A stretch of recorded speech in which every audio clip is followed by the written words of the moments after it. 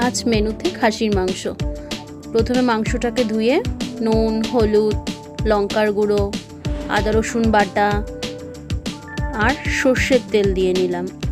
সর্ষের তেল দিয়ে বেশ খানিকটা সর্ষের তেল আমাকে দিয়ে নেব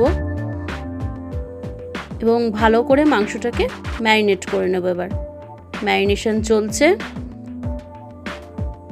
ভালো করে ম্যারিনেট হচ্ছে মাংসটা, যাতে করে নুন হলুদ সমস্তগুলো মাংসের মধ্যে খুব ভালো করে ঢুকে যায়, এতে মাংসের টেস্টটা আরও বেশি করে বেড়ে যায়।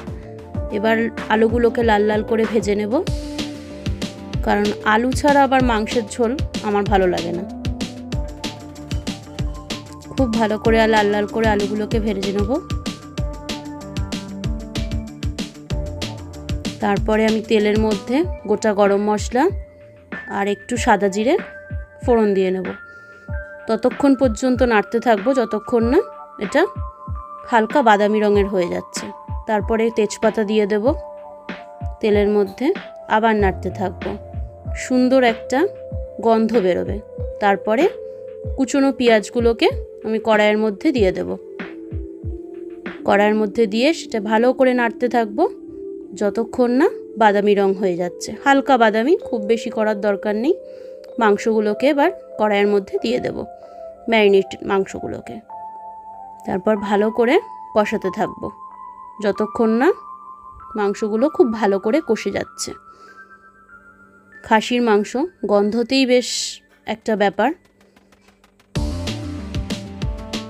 মাংসটা কষছে, এবার আমি কুচনো টমেটোগুলোকে দিয়ে দেবো,